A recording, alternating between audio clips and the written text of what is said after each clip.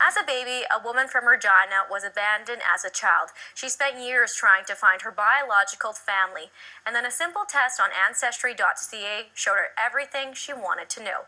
Hello guys, welcome back to my channel. This is going to be part 2 of my series on my grandmother who was abandoned at birth when she was 2 days old. If you haven't seen part 1 yet, I will link it somewhere up here and down below, and you should go watch that first because the second part will not make any sense without that.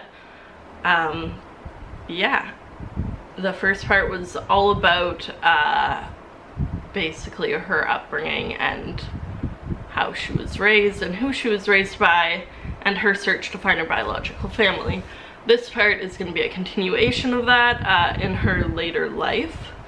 So yeah, I won't waste time, let's just get right into it. Left off when she had connected with the 2 children who had found her when she was younger, when they were all grown-ups, and she had went back to the spot where she was found with them, and they showed her all of that. So, fast forward to her 85th birthday. So a long time she still did not know anything about her biological family. When she was 85, my whole family and her obviously wanted to know about her past, her ethnicity, and any other details we could get our hands on. So me and my cousins, all of her grandchildren, went in on a DNA kit for her 85th birthday. We bought one from Ancestry. It's this little tube, you basically spit into it and you send it off to them, and then you log on however many weeks later and they have an estimate about your ethnicity, which was cool. She had always wanted to know that, so that was a great gift, the gift of a lifetime, a lot of people have said. So Grandma, because your first known blood relatives were your own children and us grandchildren, and you have no knowledge of your heritage, we grandkids, for your birthday, and this was Becca's doing, have got you a DNA test.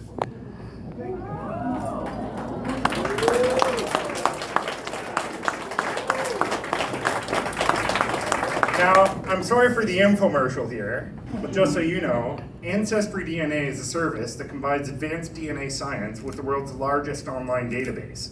With a simple saliva test, the results will give you answers about your ethnicity and heritage, as well as identifying potential relatives through DNA matching with over 1 million people in the database. Essentially, a gift for you, but also for us. I'd like to mention that Prime Minister Justin Trudeau also sends his regards. He couldn't make it. He's a bit busy nude photobombing tourists in Toronto right now.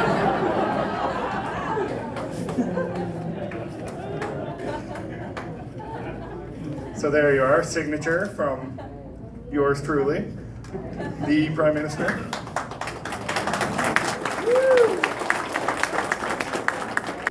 Happy birthday, Grandma. We all love you very much.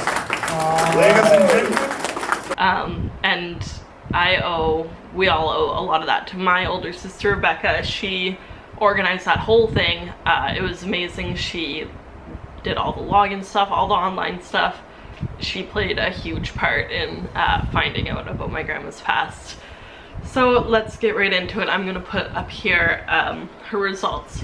So she is 53% Europe West, she is 29% Great Britain, she is 10% Ireland, Scotland, and Wales.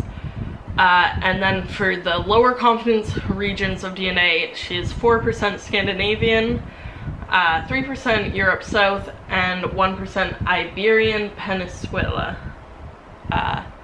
Yeah, so that was interesting for not only her, but my whole family, because we had always wondered as well, because her DNA is our DNA. So that plays a part in our history too. And then an added feature, which we did know about, but we didn't expect much from, we had a match on there. We had a couple matches, but the most promising one was for a girl named Alyssa. She was, the possible range it stated was a first or second cousin possibly, and the confidence that we were related to her was extremely high. But basically my older sister Becca sent a message to the other matches, but also to Alyssa, and she had basically told her our story, and she asked if Alyssa or her family had any ties to the Regina, Saskatchewan area.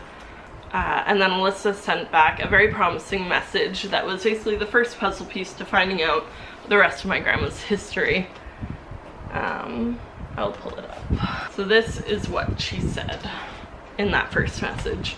She said, "My great-grandma Evelyn was born in 1913 in Kingfisher, Oklahoma, but later emigrated to Saskatchewan. My great-grandpa, Alan Cross, was born in 1911 in Ogama, Saskatchewan. They were married in Shaunavon, Saskatchewan, I don't know if I said that right, in 1931, and my grandma, Faye, grew up in Ogama. When my great-grandma was dying, she told my grandma that she had a sister she never knew about. My grandma then went on searching for her sibling, and going through the adoption records in Regina, found a brother. Alyssa's guess was basically that her grandmother, Faye, was my grandmother's sister, which is huge. She went on to tell us that her grandmother, Evelyn, who would have been my grandmother's mother, had basically a deathbed confession that Faye had a sister that she never knew about, who would have been my grandmother, that they had to give up as a baby. Faye suggested that they need to find her and connect with her, and Evelyn said no, it's much too late for that. She did not want them to go ahead with that, and she made Faye promise to keep that a secret. They respected her mom's wishes until she had passed away, and then she told her brothers, and she went on to search for her sister.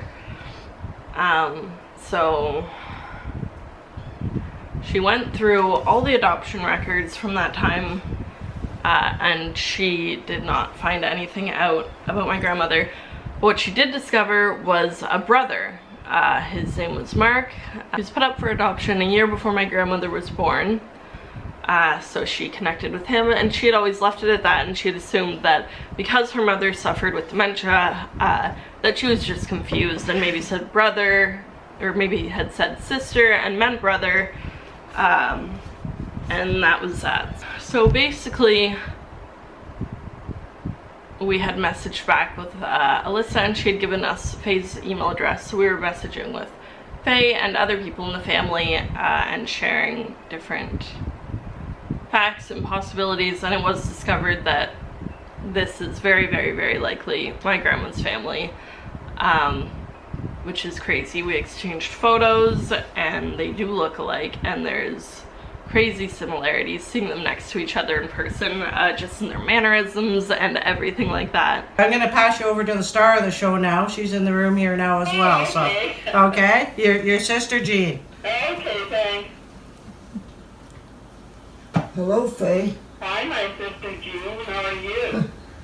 Fine, thank you. Oh, good, good. It's been a lot of years, right? Yeah, I never thought I'd ever speak to a sister that I had. Man, isn't that amazing? That was a real sister, you know. Yeah, that's right.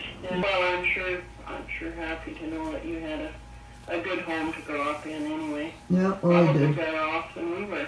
Yeah, she was a spoiled little thing by the looks of the pictures. Pardon? She was a spoiled little thing by the looks of the pictures. Well, I didn't have no competition. Yeah, you had everything, didn't you? My dad's sisters, that they're still friends, and they grew up together out there and went to school together, often talk about Jeannie and her patent leather shoes. Oh, yeah. I didn't even like them. No. Oh, dear. I think I had some patent leather, what were they called, wedgies or something? Back when I was, I must have been 12, 13 at that time. But So it's been a pleasure talking to you and meeting you, Faye. And you too. It sure has. Very exciting and Yeah, something I never expected to do. love to talk to you. okay, Love you well, all. love you guys too. And It's we'll- been great. We'll keep in touch. Okay. Bye, Great Aunt Faye. Yeah, bye-bye. Bye. Night. Bye. Love ya. Yeah, you too. We just never really anticipated that after all these years that there would be hope of finding living relatives, and to find that link has been awesome. After messaging back and forth, we decided that it is time to meet everyone and have a little family reunion or a family meeting, I guess would be more the proper word. So we got on a plane in Toronto and we flew to Regina, which is where my grandma's sister's Faye's daughter Judy was living, and we all met up there. Faye flew in from BC where she was living, and everyone came in from different areas of Canada and met there.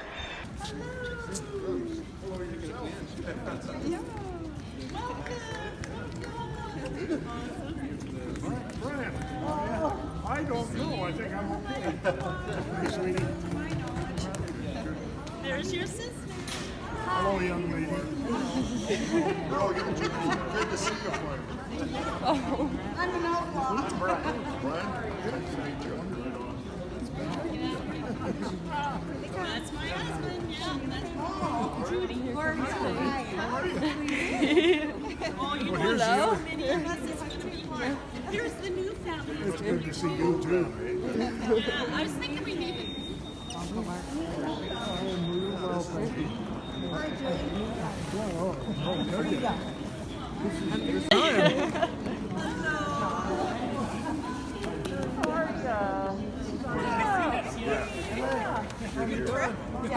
Hi, Becca. Victoria and Becca.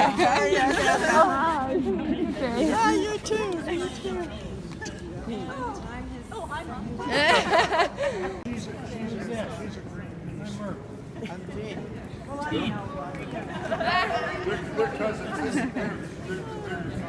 Oh, it was just surreal. Like I say, it's just amazing that this has happened. Yeah.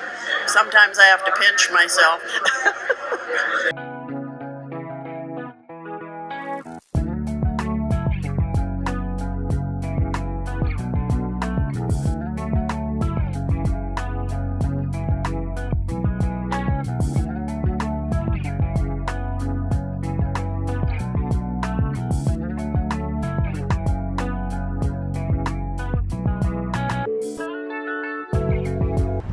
So my grandma got to meet her sisters, she got to meet her two brothers, and then the other sister and brother had already passed, so she did not get to meet them, unfortunately, but we have heard a lot of great stories about them both.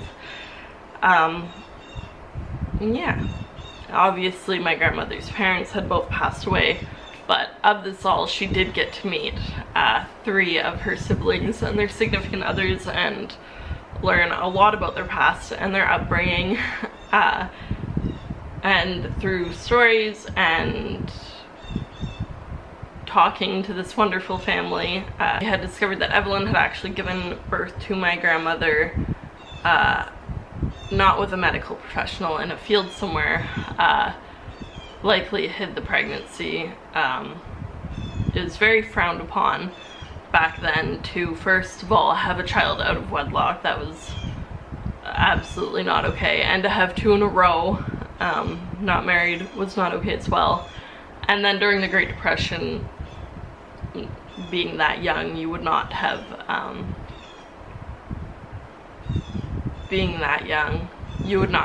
a lot of money, of course.